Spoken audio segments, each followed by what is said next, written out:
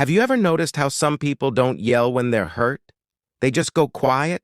No dramatic speeches, no long emotional paragraphs, no we need to talk, just silence. And somehow that silence feels louder than anything they could have said. You might even think, wow, they don't care. But here's the truth. Most of the time, they care more than you realize. Let's talk about the psychology of people who go quiet when they're hurt. First, understand this. Silence is often protection. Some people learned early in life that expressing pain didn't feel safe. Maybe when they spoke up, they were ignored. Maybe they were told they were too sensitive.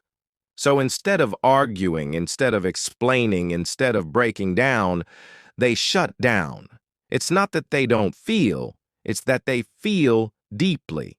When they're hurt, their brain doesn't switch into attack mode. It switches into retreat mode. It's like an emotional turtle. The shell comes down and everything goes inside. From the outside, you see calm. On the inside, it's chaos. Another reason people go quiet is because they're processing. Not everyone reacts instantly.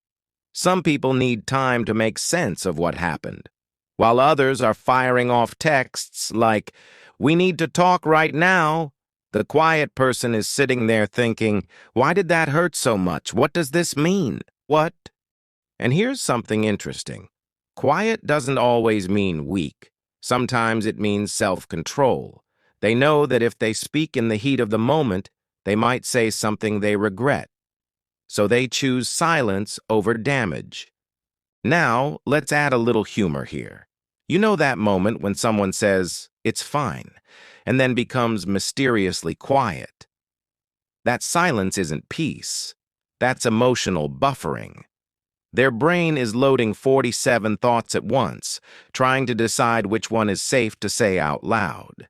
People who go quiet when hurt are often highly sensitive to tone and behavior. They notice small changes, a different vibe, a slight shift in energy, and when something feels off, they internalize it. Instead of confronting immediately, they analyze. There's also pride involved sometimes. Not ego, pride. They don't want to beg for understanding. They don't want to force someone to care, so they pull back. They think, if I matter, they'll notice the silence.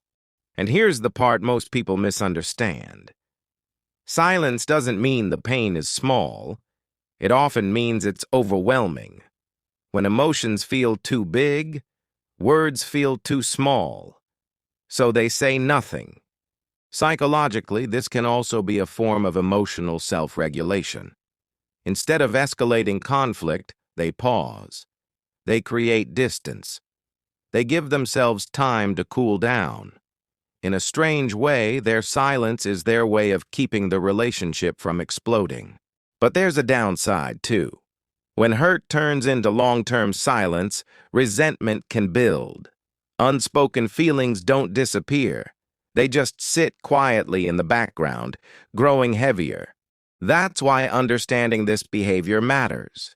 If you're dealing with someone who goes quiet when hurt, don't assume they're fine. Gently check in. Create space where they feel safe to speak. Sometimes all they need is reassurance that their feelings won't be dismissed. And if you're the quiet one, here's something important. Your silence protects you, but it can also isolate you. Not everyone knows how to read quiet pain. Sometimes it's okay to say, "That hurt." You don't have to explain everything perfectly, just enough to be understood. At the end of the day, people who go quiet when hurt aren't emotionless. They're careful. They're reflective.